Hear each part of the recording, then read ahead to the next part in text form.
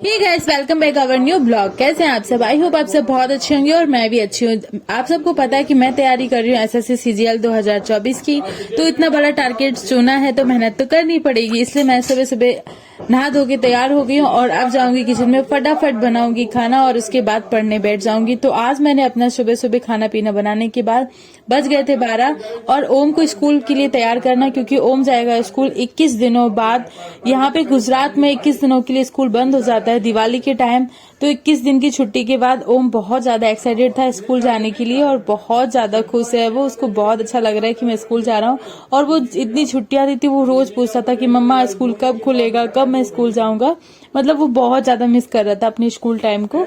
तो फाइनली 12:30 का स्कूल है, मैं उसको फटाफट तैयार कर दी और उसको अपने हाथ से शूज पहने थे तो उसने अपने हाथ से शूज पहने और देन वो स्कूल के लिए तैयार होके पहुंचा स्कूल। और उसके बाद मैं वापस आ गई किचन में। तो मेरे पास था आधा घंटा, मेरा खाना पीना तो हो ही गया था, सबने खाना खा लिया, मैंने भी खा लिया, बस धोने थे मुझे बर्तन। आधा घंटे में बर्तन धोऊंगी और उसके बाद करूंगी पढ़ाई। तो यहाँ पे किचन का काम भी बहुत ज्यादा होता है और उसके बाद मुझे अपनी पढ़ाई के लिए कम से कम पूरे दिन में 3 या 4 घंटे निकालने होते हैं और मुझे अपने हिसाब से अपना टाइम पूरा दिन का मैनेज करना होता है, तभी जाके मैं 3 से 4 घंटे ही मैनेज कर पाती हूँ अपनी पढ़ाई के लिए।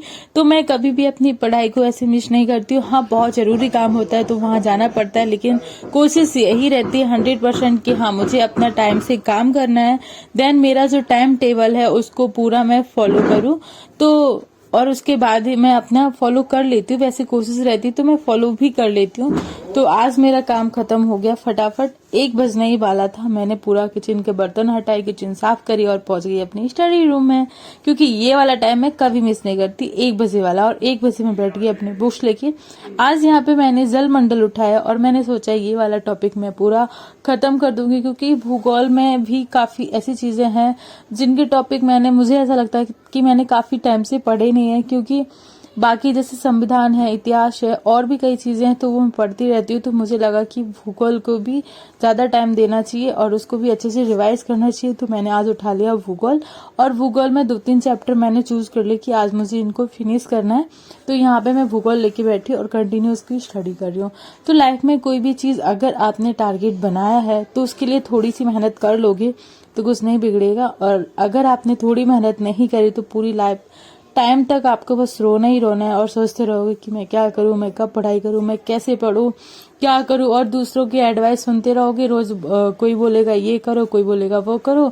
देन आपकी एज ओवर हो जाएगी और आप कहीं पे भी इजीबल नहीं होंगी जहां आप फॉर्म अप्लाई करके अपनी कोई भी वैकेंसी, आप अपना सपना पूरा कर सकते हैं, वैकेंसी में फॉर्म भर सकते हैं। तो ऐसा इजीबल हर टाइम नहीं होता, उसका भी एक लिमिटेड टाइम होता है। तो इसी उम्र में इसी टाइम पे थोड़ी सी मेहनत कर लो और अपना जो भी टारगेट है उसको फटाफट ज्वाइन कर लो, क्योंकि भाई बहुत टाइम कम है और लाइफ में बताने वाले समझाने वाले बहुत मिलते हैं, लेकिन सही डायरेक्शन आपको नहीं कहीं से मिलती है, वो आपको खुद से ही चूज करनी पड़ती है। आपको सेल्फ स्टडी फर्स्ट तो करनी है कि आप खुद से अपनी सारी बुक से पढ़ो और उनको खत्म करने की कोशिश करो।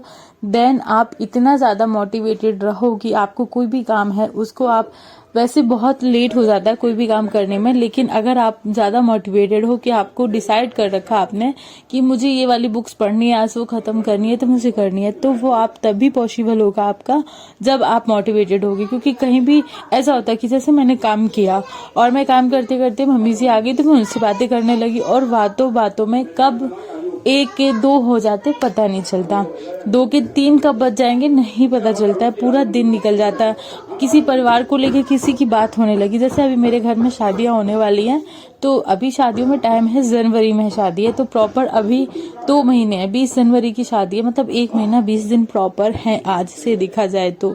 लेकिन उसकी तैयारियां अभी से स्टार्ट है, पता है क्यों? क्योंकि यहाँ से यूपी जाना होगा, गुजरात से यूपी जाना है, तो वहाँ के लिए मतलब कब कैसे कपड़े लेना है, क्या लेना है, बैग कौन से लेना है, ये कब करेंगे, वो कब करेंगे, टिकट कब लेना है, ये मतलब ये समझ लो शादी है 2 महीने बाद, लेकिन मेहनत आज से स्टार्ट है। तो मैंने तो अपना कैंसिल कर दिया। वैसे मेरे परिवार में ही शादी है, किसी सगे की है, लेकिन मैंने सोचा कि मैं नहीं जाऊंगी, अगर मैं जा रही हूँ तो मुझे प्रॉपर 10 दिन तो लगने वाले हैं, इसलिए मैंने कर दिया कैंसिल। तो बस मम्मी पापा जी जाएंगे और हम और योगी जी नहीं जाएंगे, क्योंकि हम दोनों ही स्टडी कर रहे हैं और मुझे लगता है कि हाँ 10 दिन का काफी मतलब टाइम वेस्ट हो जाएगा, इसलिए हम लोगों ने किया अपना कैंसिल। तो ये होता है कि अगर आपने मतलब कहीं पे भी आपने एक एक मिनट, एक एक टाइम, एक एक घंटा कहीं पे आपने दिया है, तो वो एक एक घंटा आपका कहाँ वेस्ट हो गया आपको नहीं पता चलेगा।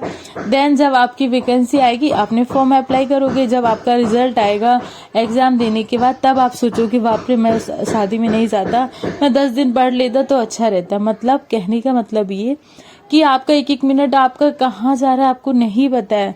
जब आपका फाइनल रिजल्ट आएगा ना, जब आपकी एज ओवर हो जाएगी ना, तब बैठ के पछताओगे और रोते रह जाओगे और सोचते रह जाओगे काश मैं उस टाइम थोड़ी सी मेहनत कर लेता।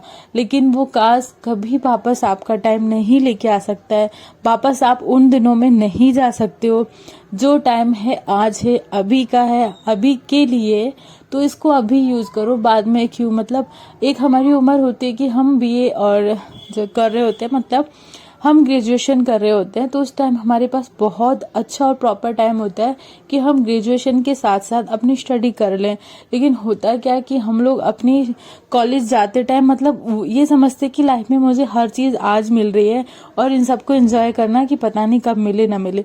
ये बात बिल्कुल सही है कि आपकी जो ग्रेजुएशन वाली लाइफ है और पोस्ट ग्रेजुएशन वाली जो लाइफ है, मतलब फ्री टाइम है, आप घर में हो, मायके में हो, मतलब लड़की है तो, और लड़का है तो भी मतलब जैसे वो 12th ग्रेजुएशन कर रहा है तो 12th तक तो थोड़ा सा प्रेशर रहता है, 10th में भी प्रेशर रहता है, 12th में भी प्रेशर रहता है कि आपको अच्छे मार्क्स लाने, इसलिए मेहनत करते हैं पढ़ाई के लिए। लेकिन जब हम ग्रेजुएशन करते हैं तो ग्रेजुएशन में होता है कि हम आराम से फ्री हो जाते हैं। मतलब मुझे पढ़ाई का भी बिल्कुल, मुझे क्या, हर एक बंदी को ये होता है कि हाँ उसको प्रेशर नहीं रहता है कि उसको इतने मार्क्स लेके आने, उसको पास होना ही है, ऐसा कुछ नहीं होता। बस वो कॉलेज मतलब अपना कॉलेज कर रहे हैं और आराम से एंजॉय कर रहे हैं, डेली जा रहे हैं कॉलेज, मस्त तैयार व्यार होके और आराम से घूम फिर के आ जा रहे हैं। तो सबसे बड़ी जिंदगी की जो मतलब और काफी लोग अफेयर के चक्कर में पड़ जाते, तो ठीक है, वो उम्र पे जो लोग अगर नहीं पढ़े तो सच में वो पूरी लाइफ में कुछ नहीं कर पाते। हाँ, कुछ मेरे जैसे हैं, देन मतलब कि एक उम्र के बाद उन्होंने फिर फाइनली रियलाइज किया कि अब मुझे पढ़ना है और करना है, तो तब तक ठीक है कि आप शादी करके साल भी आ गए लड़कियों के लिए, तो आपके पास अभी भी टाइम है, आप अभी भी कर सकते हो क्योंकि आपकी अभी भी एज है थोड़ी सी पढ़ने के लिए। तो आज ही पढ़ लो, आपके पास 2-3 साल और मिल जाते हैं ग्रेजुएशन के बाद।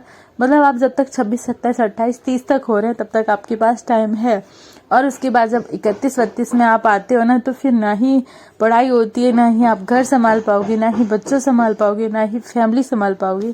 तो भाई उम्र तो जो थी वो निकल गई। उम्र तो वही होती है जो 21-22 से लेके 25-26 तक होती है।